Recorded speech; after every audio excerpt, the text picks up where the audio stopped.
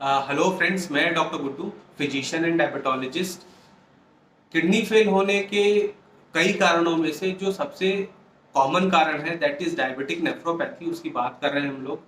जो किडनी का मुख्य काम है वो है शरीर में जो खून में उपस्थित अशुद्धियां हैं, जो इम्प्योरिटीज हैं, उनको पेशाब के रास्ते बाहर निकालना।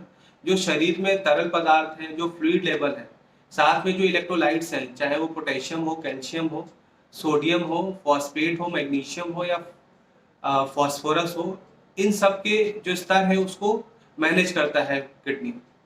जब कोई व्यक्ति टाइप 1, टाइप 2 या फिर जेस्टेशनल डायबिटीज से ग्रसित होता है तो उसके शरीर में जो शुगर का लेवल है वो काफी बढ़ जाता है, जिसके कारण किडनी के साथ साथ शरीर के जो अन्य अंग है, जैसे ब्रेन हो गया, हार्ट हो गया, इन सब में डैमेज स्टार्ट हो जाता है।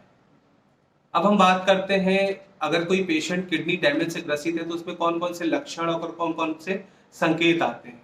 इस पॉइंट पे एक बात समझने की बात है कि जब किसी व्यक्ति का किडनी डैमेज होता है और जब उसको लक्षण आना शुरू होते हैं तो उस समय काफी लेट हो चुका होता है।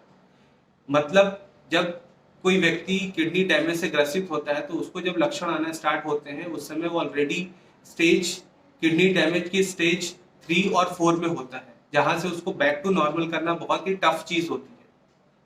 अगर हम कुछ कॉमन लक्षणों की बात करें, संकेतों की बात करें, तो इसमें है शरीर में सूजन आना, स्पेशली आंखों के सामने, पेशाब में प्रोटीन का आना, शरीर में खून का नहीं बनना, कुछ भी खाने पे जी मालिश करना या उल्टी होना, शरीर में दर्द रहना, अत्यधिक कमजोरी रहना, लैक ऑफ कंसंट्रेशन होना, वजन घटना।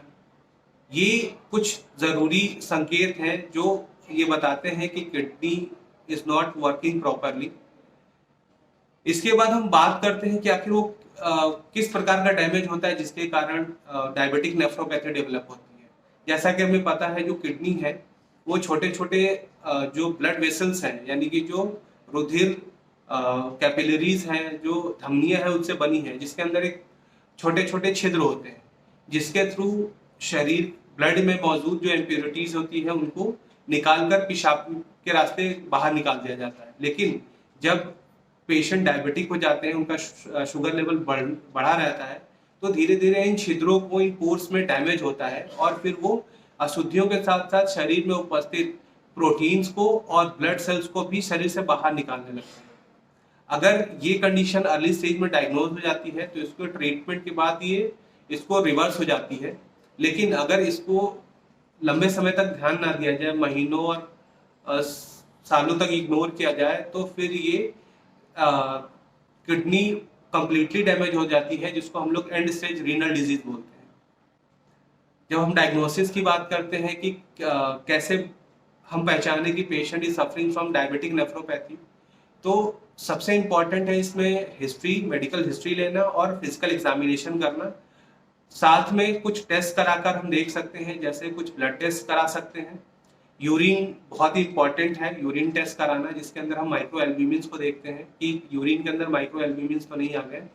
That is the time where we can say this patient is suffering from diabetic nephropathy, और that is the time where patient can reverse, और पेशेंट को किडनी के जो गंभीर और फुल्ली किडनी डैमेज से बचाया जा सकता है।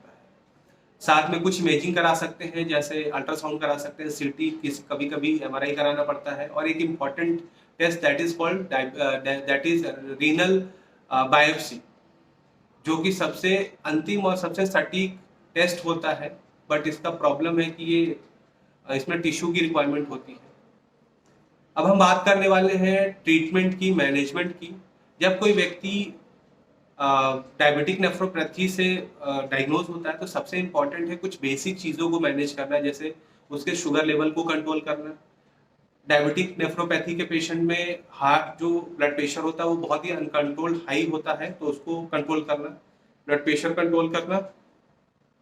दूसरी चीज, कोलेस्ट्रॉल को देखना कि शरीर के अंदर हाइपर कोलेस्ट्रोलीमिया तो नहीं हो गया है, प्लस यूरिन में जो माइक्रो एल्ब्यूमिन्स आ रहे हैं उनको कंट्रोल करना। और फिर ये देखना कि पेशेंट जो है किस स्टेज में है। अगर वो अर्ली स्टेज में है तो उसको वहीं पे ठीक किया जा सकता है, रिवर्स किया जा सकता है। लेकिन अगर वो एडवांस स्टेज में है और जो उसका यूरिन आउटपुट या फिर जो बोलते हैं EGFR लेस देन 15 है, तो उसको हम लोग बोलते हैं एंड स्टेज रीनल डिजीज, जहाँ पर पेशेंट के बाद कोई और ऑप्शन नहीं बचता है इसके अलावा कि उसको डायलिसिस या फिर रीनल ट्रांसप्लांट की जरूरत रहती है। So the home take message is this कि अगर किसी व्यक्ति को डायबिटीज है तो उसको रेगुलर बेसिस पे शुगर चेक कराना है, अपने किडनी फंक्शन की जांच करानी है, specially urine for microalbumin करा के देखना है कि कहीं यूरिन में प्रोटीन आना तो नहीं स्टार्ट हो गया, क्योंकि अगर ये चीज काफी महीनों तक इसका ट्रीटमेंट नहीं होता है तो फिर ये एंड स्टेज रीनल डिजीज में कन्वर्ट हो सकती है। दूसरी तरफ मैं एक चीज और बताना चाहूंगा कि किडनी पेशेंट के मरीजों में जो लक्षण है और जो सिम्टम्स और साइंस है बहुत लेट आते हैं, उस समय तक किडनी में काफी सारा डैमेज हो चुका रहता है। सो इस समय पे पेशेंट को पूरी तरह रिवर्स नॉर्मल करना बहुत ही टफ चीज है, और ज्यादातर मरीजों को फिर आगे के जो रीनल डैमेज है वही स्टेज 4, 5 और फिर लास्ट में एंड स्टेज रीनल डिजीज में लैंड अप कर जाते हैं। तो इसलिए बहुत ही ध्यान रखना है regarding kidney disease. Thank you.